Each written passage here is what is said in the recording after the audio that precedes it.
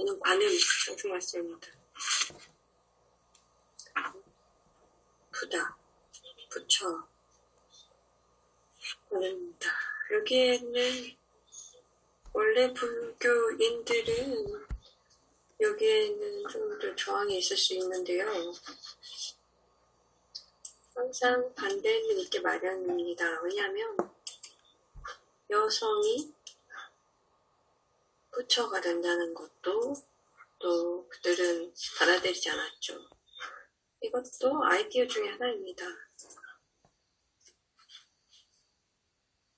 이 아이디어들이 황금 시대가 들어오는 것에 방해가 되는 아이디어의 좋은 예입니다. 이런 일이 일어날 수 없다라는 그런 믿음인 거죠. 전통적으로 자비의 여신이었습니다. 자비는 무엇인가요? 자비는 변화입니다. 자비의 에센스는 변화입니다. 고통받는 어떤 상황에 있다고 보면 그 고통에서 벗어나고 싶죠. 그런데 어떻게 나올 수 있을까요? 변화가 있어야 나올 수 있겠죠. 사람들이 자비를 바랄 때 뭘 바라는 걸까요? 변화이죠. 그런데 변화는 어떻게 일어날까요? 우리는 전통적으로 보는 관점이 있습니다. 거기 신이 있고 영적인 세계에 신들이 있고 힘을 다 갖고 있고 인간은 힘이 없고, 그런데 그 신에게 간절히 원하면 하면서 와서 기적을 주고 자비를 내려주고 그래서 고통에서 벗어나게 해준다라는 거죠. 이 아이디어는 황금시대의 큰 블록입니다. 상황이 향상되는데 큰 블록입니다. 이 지구에서 존재하는 그 법칙이 자유의지거든요. 지금 현재 그 조건을 왜 갖고 있는 거죠? 왜냐하면 인간들의 선택에 의한 조건입니다. 예를 들면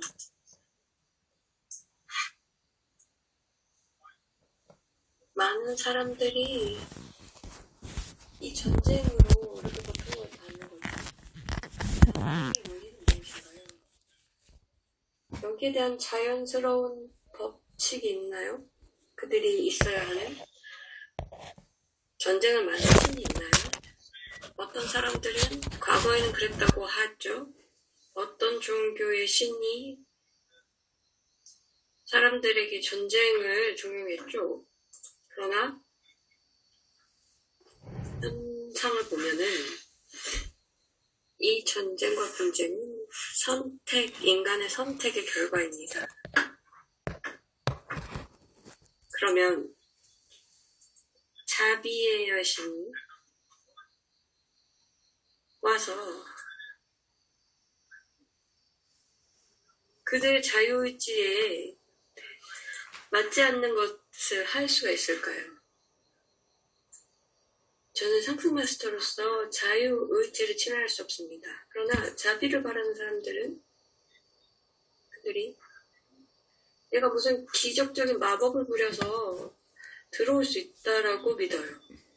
그러나 자유의지의 법칙으로 인해서 저는 마법이 없습니다.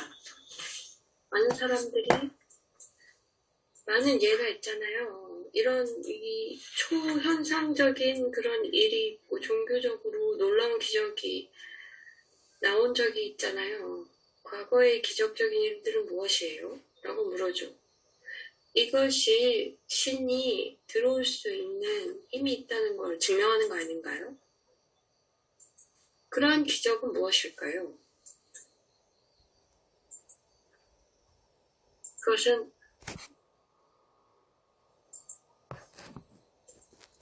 그 기적은 마음의 힘을 알려주는 그러한 예입니다. 이것은 신의 힘을 알려주는 것이 아닙니다. 그렇다면 여기에 기적에 사람들이 기적으로 보는 그것의 에센스는 무엇이 있을까요? 이것은 자연적인 조건을 생각하지 않는다는 겁니다. 많은 사람들이 그것을 볼 거예요. 그것을 보지만 그게 정말 현실일까요? 부처가 기적을 행했을 때, 예수가 기적을 행했을 때 많은 사람들은 그걸 보면서 특별한 사람들이, 인간과 다른 사람들이 힘이 있고, 그래서 이런 제한적인 법칙과는 상관없는 무한 기적을 행한다라고 믿게 됩니다. 실제적으로 마음이라는 거죠. 마음이 힘을 갖고 있고, 그래서 이 자연의 조건을 옆에 이렇게 놓는데 마음의 힘이 있는 겁니다. 많은 종교인들이 바라보는 전통적인 관점이 있습니다. 이것이 기적이다 라고 정의하는 거죠. 그래서 물 위를 걷거나 공중부양을 하거나 갑자기 누구를 치유한다던가 여러 재난에서 누구를 보호한다는 것이 기적이라고 부르죠. 그런데 기적에 대한 정의를 조금 더 확장할 필요가 있습니다. 사람들이 요새 사는 민주주의에서 사는 그런 사람들을 보면은 그런데 민주주의가 아닌 현대적인 사회가 아닌 국가에서 사는 사람들을 보면은 그들의 삶이 다른 것이 그걸 기적이라고 할 수 있나요? 몇 세대를 걸쳐서 뒤로 내려가면은 예전에 뭐 할아버지 세대나 증조 할아버지 세대를 보면 그들의 삶의 질을 보면 지금의 삶을 보면 기적이라고 할 수 있습니다. 왜냐하면 지금 현재 현대사회가 이루고 있는 삶의 수준은 놀랍습니다. 그 할아버지나 증조 할아버지 세대에서는 생각지도 못한 삶의 라이프스타일이에요. 이것이 일어날 것이라고는 생각지도 못한 수준입니다. 그들에게는 왜 안 일어났을까요? 이것이 시점이 맞지 않는 걸까요? 왜 이게 증조 할아버지 때는 일어나지 않았을까요? 시간 때문이라고요? 시간이 준비가 되지 않았던 걸까요? 그러면 왜 그때는 시점이 그렇지 옳지 않다라는 적절하지 않았다는 게 왜 그럴까요? 왜 그들의 사회에서는 이런 일이 일어날 수 없었을까요? 왜냐면 그들은 어렸을 때부터 프로그래밍화 돼서 사회에서 어떤 것들을 예견하면서 살 수 있다라는 걸 믿었을 수도 있지만 그러나 그들의 마음을 바꿀 수 있고 지금 세대가 살아가는 그러한 마음으로 살아갈 수 있었다면 이미 한 몇백 년 전에도 지금과 같은 수준의 삶을 살 수도 있었겠죠. 그래서 실제로는 신이 인간의 사회의 진보를 결정하는 게 아닙니다. 인간 사회에는 인간의 마음이 그리고 개인적인 마음이라든지 집단의 마음이 사회의 수준을 결정합니다. 사회가 변화하려면 집단 의식이 변화하여야 합니다. 그렇기 때문에 지구를 위한 오픈도어가 되기 위해서는 무엇이 필요할까요? 여러분들이 우리 사회를 보고 살아온 문화를 살펴봐야 합니다. 그리고 불가능하다고 생각했던 것들이 무엇인지를 살펴보고 자신이 일어날 수 없다고 믿는 게 무엇인지 절대로 할 수가 없어. 꿈도 꿀 수가 없어라는 것이 무엇인지를 살펴봐야 합니다. 이게 불가능이라고 사람들이 생각을 할 수도 없을 거고 생각조차 하지 못하는 항목일 수도 있습니다. 그래서 무엇이 필요할까요? 그러니까 어떤 변화가 필요할까요? 그래서 오픈도어가 되기 위해서는 어떤 마음의 변화가 필요할까요? 먼저 사회를 바라보고 그리고 잘 살펴서 삶에 대한 관점이 무엇이었는가? 내가 살면서 그래서 평생 동안 이런 문화 속에서 살아왔던 이 의식은 무엇이지? 이 관점의 그 요소들은 무엇인지를 살펴보고 사람들이 불가능하다고 여기는 것이 무엇인지 사람들이 생각조차 하지 않는 것이 그 가능하다고 생각하지 못하는 것이 무엇인지를 살펴봐야 합니다. 그리고 오픈도어가 되고 싶으면 이런 것들의 질문을 던지기 시작해야 합니다. 이 장애물이 사람들에게 이 벽으로 존재하면서 이 철의 장막처럼 존재하는데 이것에 대해서 이제 살펴봐야 합니다. 집단 마음이죠. 이것이 개인도 영향을 미치는 것이고요. 여기서 패러독스라고도 볼 수 있습니다. 그런데 지구에는 역설이 많죠. 이 역설은 오픈도어가 되기 위해서는 마음을 좀 닫는, 그래서 집단의식에서 조금 마음을 닫는 기간이 필요합니다. 그런데 이 집단 의식에서 마음을 조금 빼서 이 발견된 집단의식의 장애물을 다 받아들이지 않아도 됩니다. 많은 장애물이 많습니다. 그런데 매우 미묘해요. 그래서 지구에 누구가 어떤 사람이라도 이걸 다 아는 사람은 없습니다. 매우 다양하고 미묘해서 그러나 공통의 특성은 있습니다.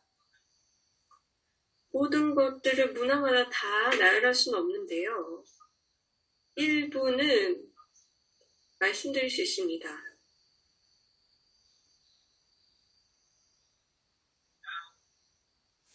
자, 가장 미묘한 장애물은 집단의식에서 발견이 되는데요. 그것은 여러분이 자랄 때 이 물질에 대한 경험을 하면서 자라왔습니다. 이것이 무엇이 되는지에 대해서 의식조차 할 필요 없이 살았어요. 그런데 여기는 철학적인 질문이 계속 철학자들이 던진 질문이 있었습니다. 여기는 그냥 세계적으로 인간들이 동의한 그러한 의견 일치가 있었어요. 그것은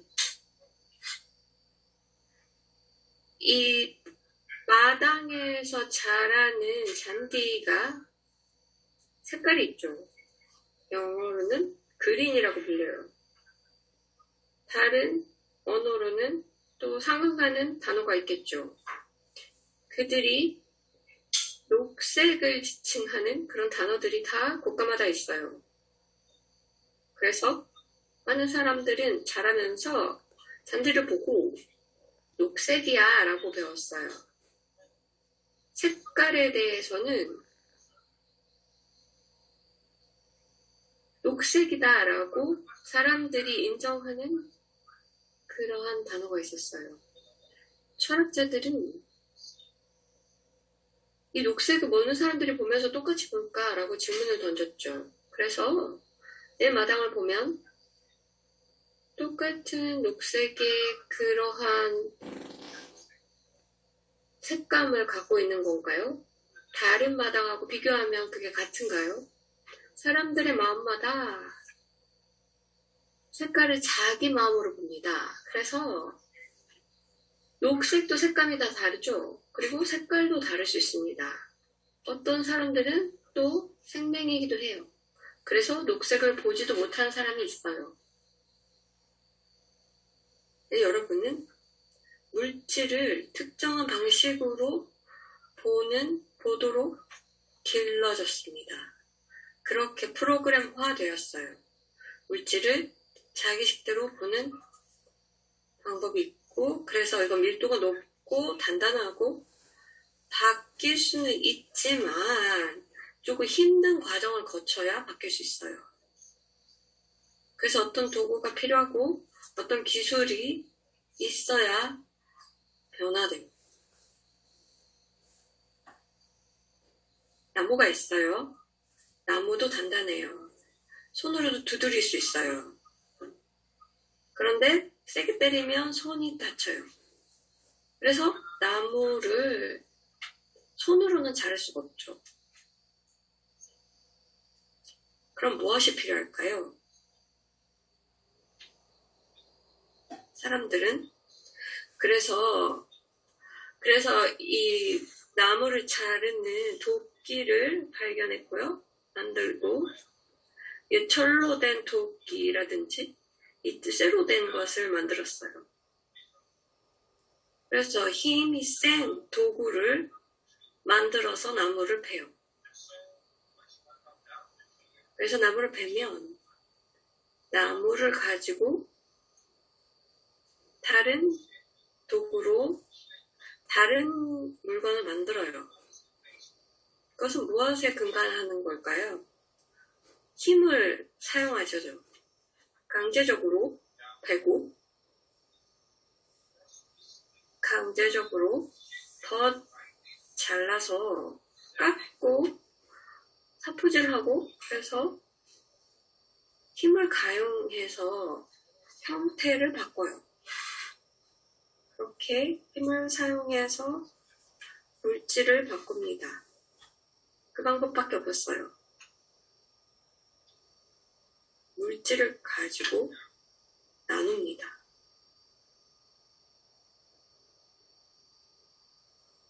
자, 여러분. 대부분의 세상에 있는 기술을 보세요. 이것은 파괴적인 기술이 아닌가요? 물질을 가지고 깨요.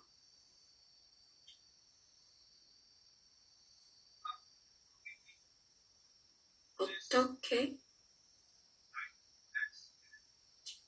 이 도끼를 가지고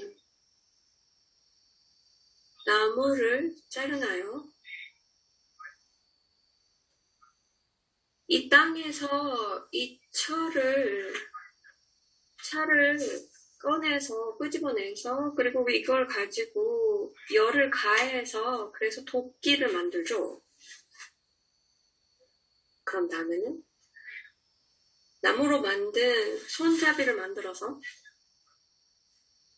그런 다음에는 그런데 처음에 도끼가 없었을 때 어떻게 그 핸들을 만들었을까요? 나무로. 어쨌든 그 도끼를 가지고 나무를 베서 힘을 사용해서 또 그걸 더 잘게 쪼개줘. 여기서 무엇을 생각할 수 있을까요? 무언가를 만들기 위해서는 강제적으로 다른 것을 쪼개야 한다는 거죠. 그래서 우리가 살고 있는 세상이 특정한 물질의 현상이 있다. 그것은 과거에는 자연적인 프로세스로 만들어지고 성장을 통해서 이루어졌는데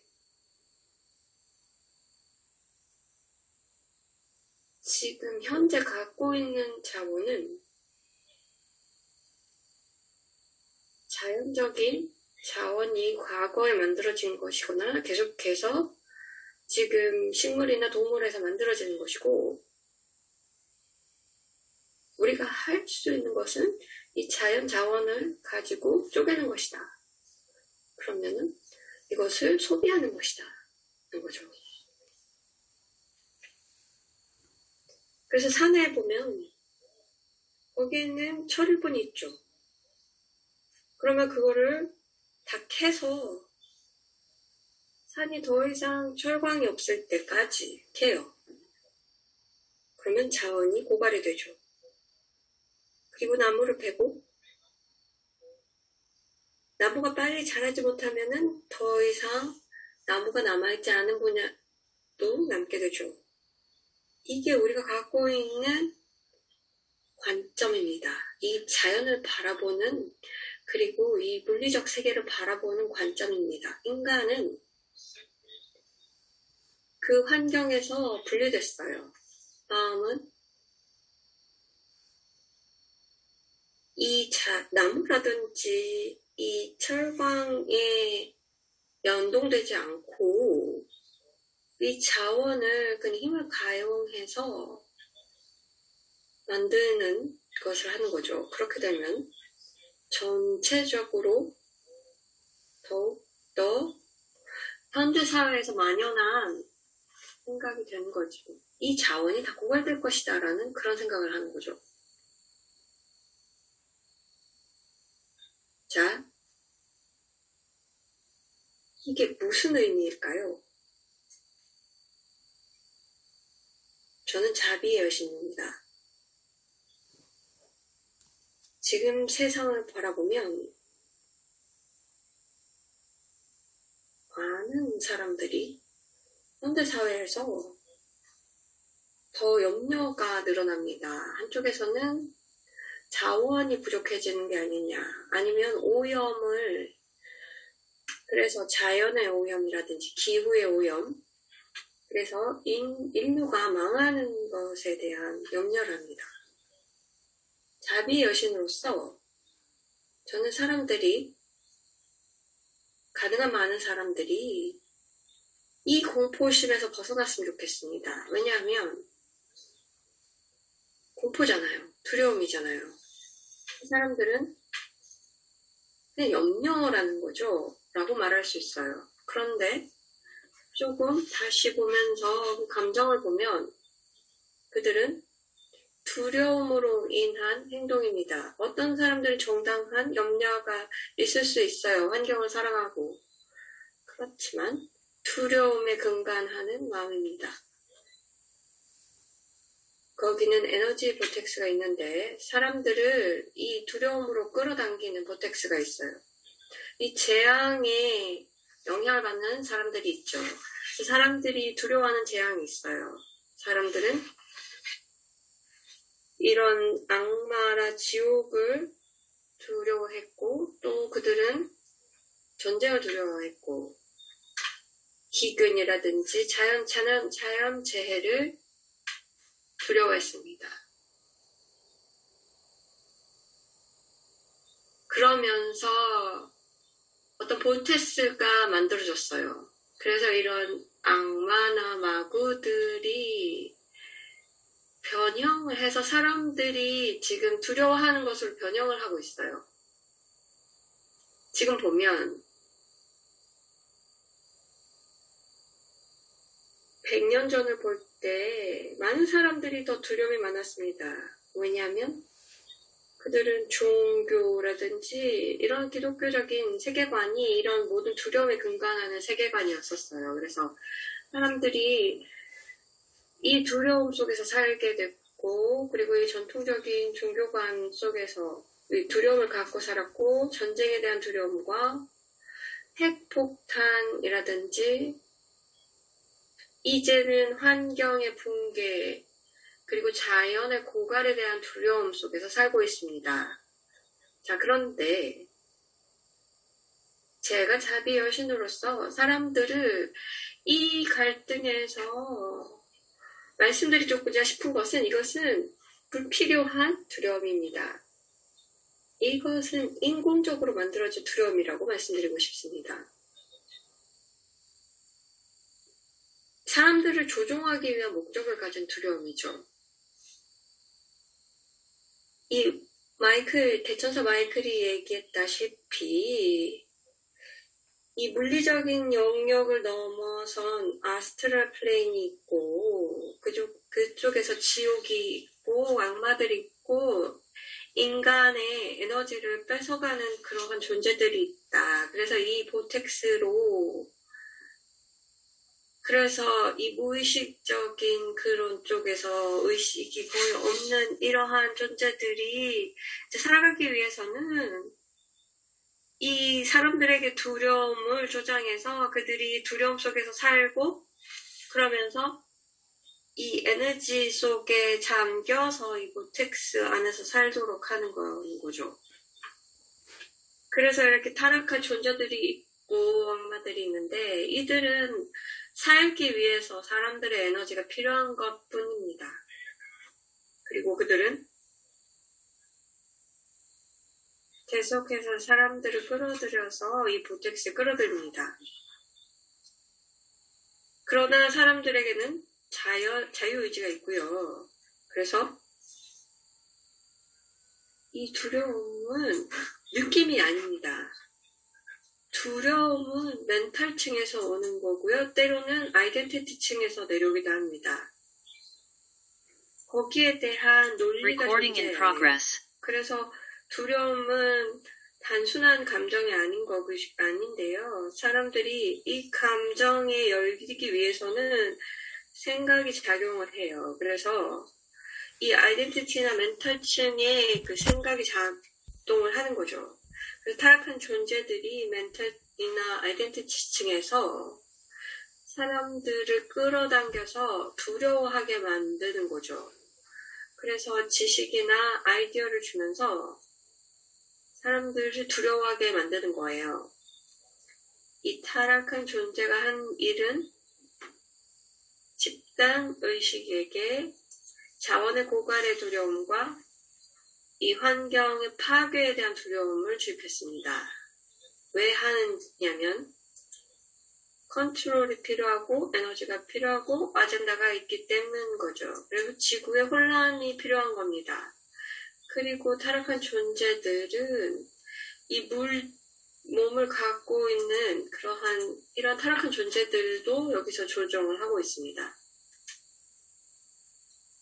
타락한 존재들이 갖고 있는 명백한 아젠다가 있어요. 그들은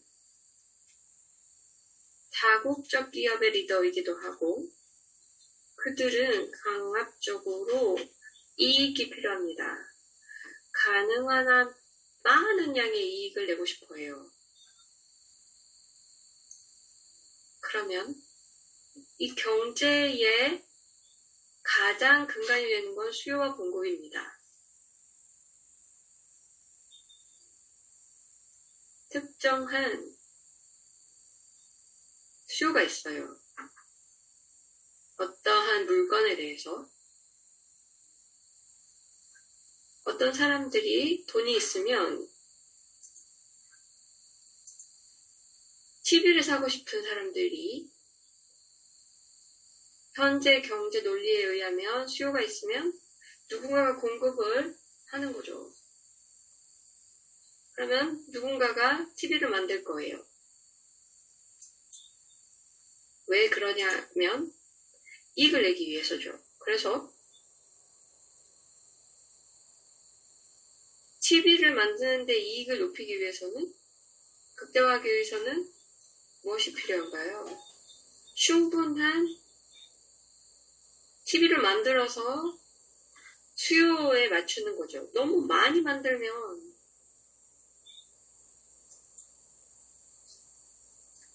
공급이 많아져서 가격이 감소하겠죠.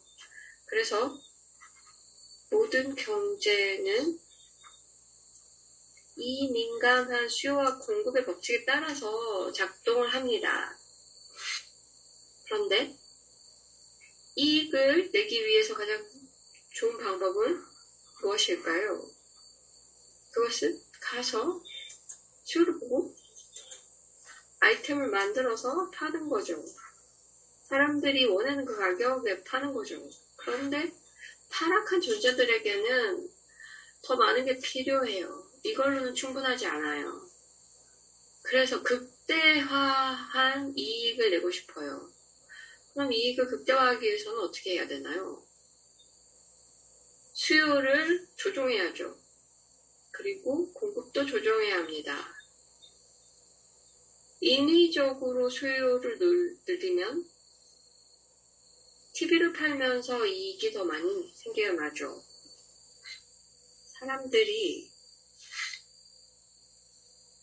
특정한 한정된 자원이 있다라고 믿고 제한된 양의 TV만 생산할 수 있다라고 믿으면 그 TV가 모든 사람에게 돌아가지 않는다라고 믿는다면 어떻게 될까요? 그럼 사람들은 더 많은 돈을 지불하겠죠. 그래서 옆에 이웃은 못 사도 나는 사고 싶다라는 거죠. 그래서 이익이 늘어나죠. 이것이 모든 자원의 희소성의 의식에 연관이 된다고 보이지 않으세요? 많은 사람들이 거기에 오일에 기름이 부족하다라고 느끼면 이 시장에 나오는 높은 기름값을 내겠죠. 처음에 첫 번째 오일 쇼크가 있을 때 이랬고요. 기름에 더 많은 기름이 발견됨에도 불구하고 1973년에는 기름 유가가 엄청 치솟았습니다. 왜냐하면 부족하다라는, 그래서 이제 모자란다는 그런 마음이 생겼기 때문이죠. 사람들이 기름값을 필요보다 더욱더 높게 냈습니다. 그래서 이 마음이 그대로, 이 생각이 사회 전반에 이 부족하다는 이 마음이 그대로 만연하게 다 들어가면서 조종을 당하기 시작했습니다. 타락한 존재들이 이 몸을 갖고 있지 않는, 그리고 몸을 갖고 있는 타락한 존재들이 아젠다가 있는 거죠.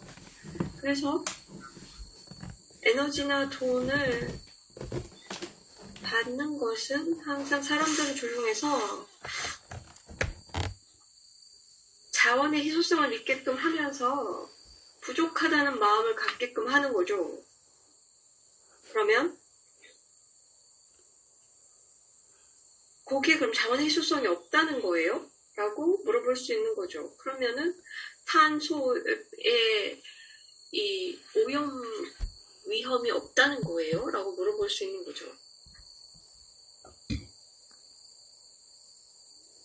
그런데 이게 무슨 문제가 될까요?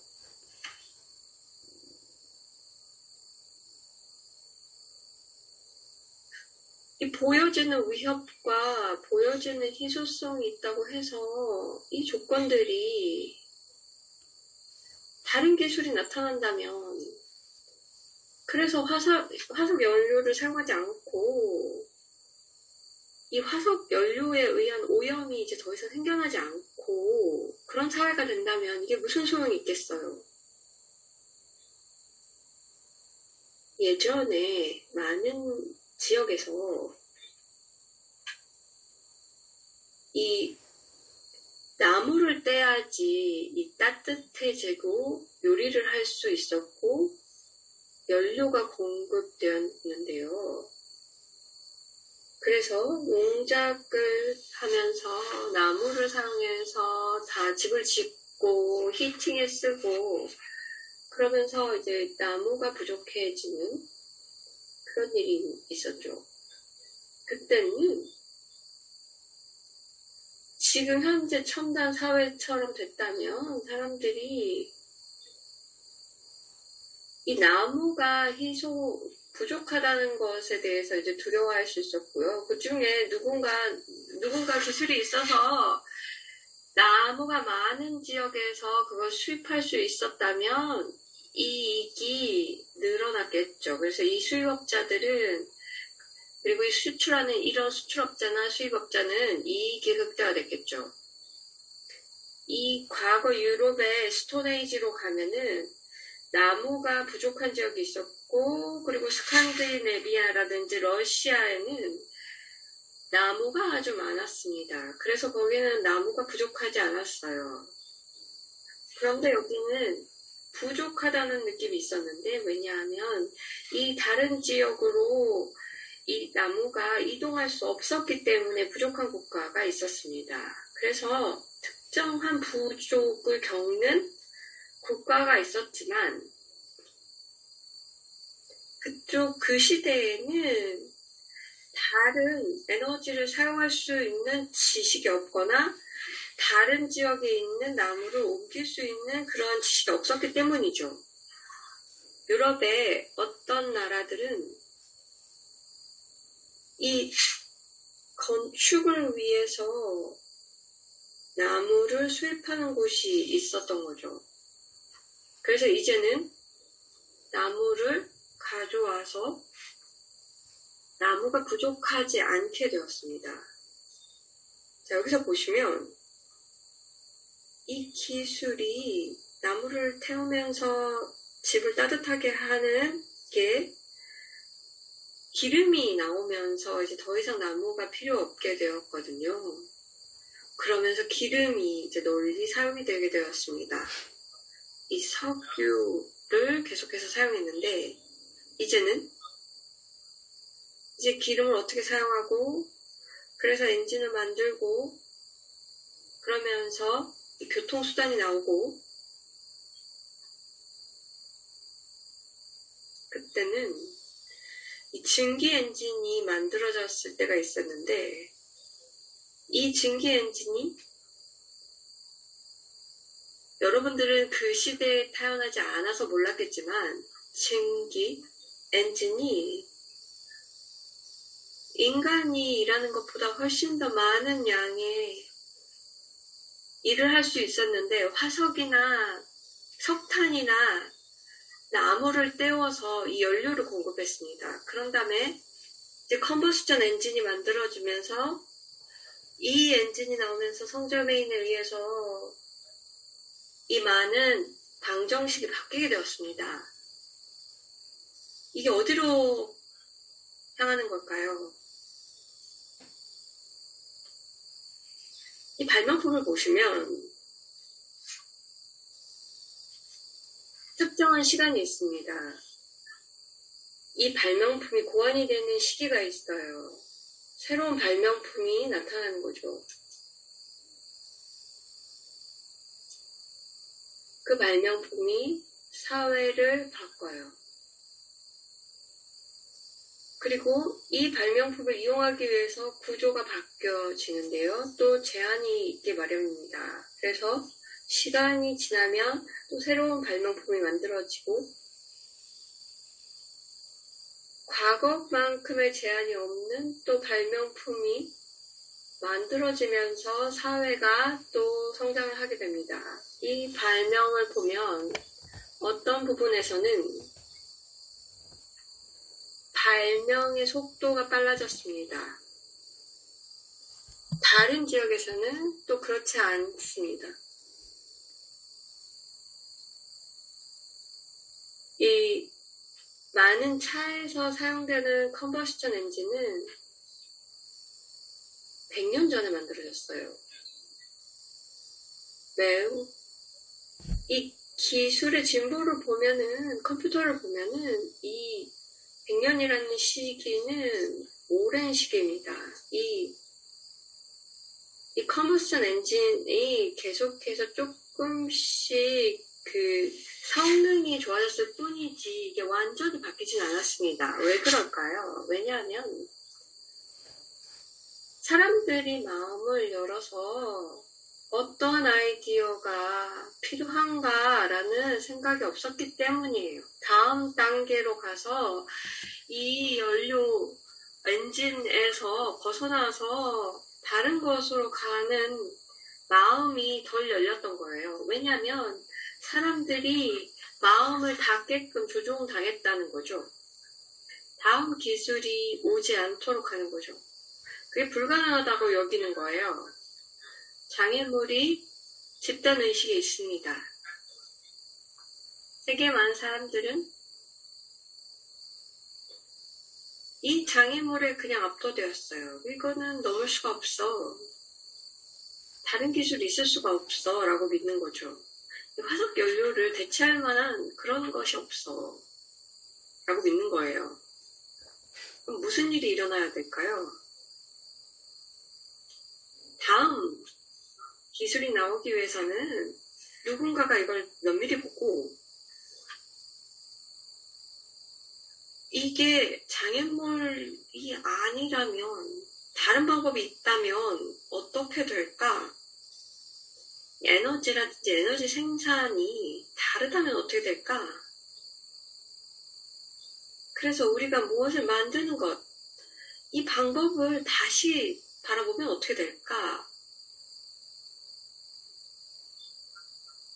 이러한 질문이 필요합니다. 그리고 일부는 이제 시작이 됐는데 충분한 사람들이 이 질문을 던지지 않았습니다. 어떤 기술은 일단 발현이 되기 시작을 했는데요. 이것은 많은 사람들에게 널리 알려지지 못했습니다. 그래서 집단 의식에 들어오지 못했어요.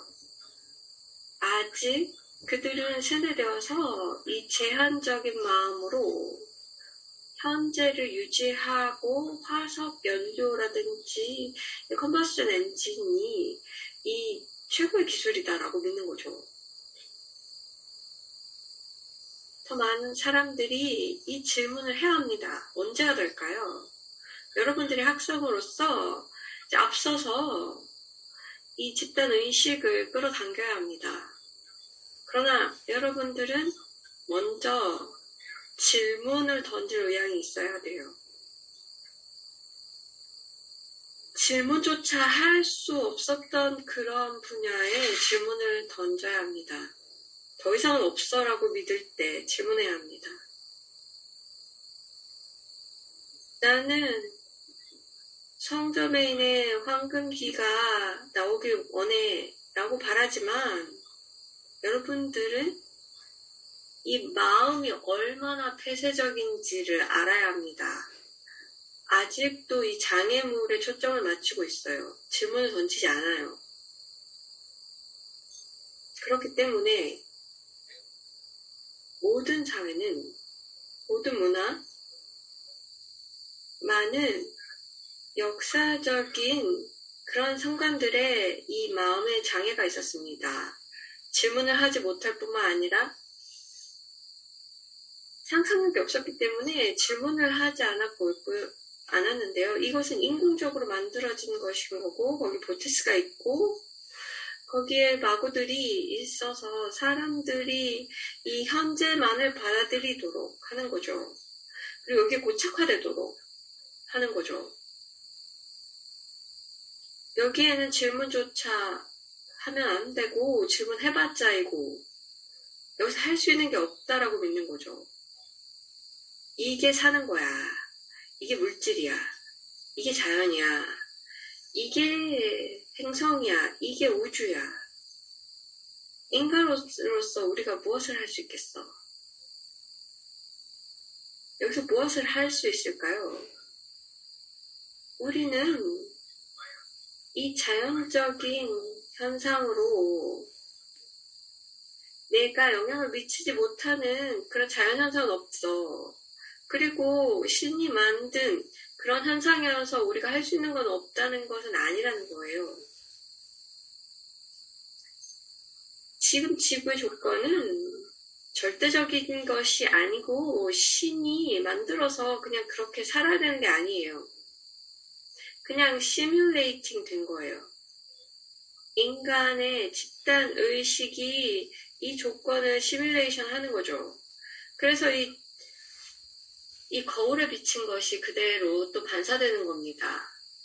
그래서 여러분들이 투사하는 그 형상을 바꾸면 그 거울에 투영된 이미지는 달라지게 됩니다. 그게 늘 그랬거든요. 그렇게 되면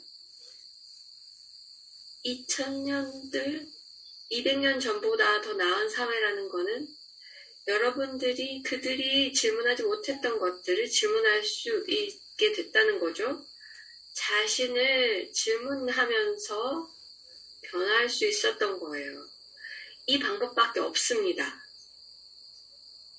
스톤에이지의 이 집단의식의 장애는 많은 그 문명을 많이 무너지게 했고요. 그 아이디어는 그대로 있기 때문에 다시 만들어질 수 있었는데요. 많은 임계치에 달하는 사람들이 있어야 변화가 일어날 수 있습니다. 그리고 임계치는 사람들이 이제 너무 오랫동안 변화하지 못했던 것들을 변화하기 위해서는 그 임계치에 도달해야 합니다. 지금입니다.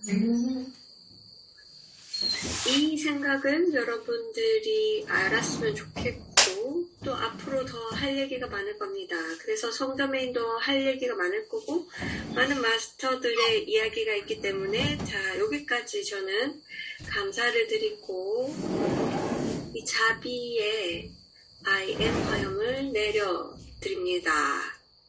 부처 관음입니다. I am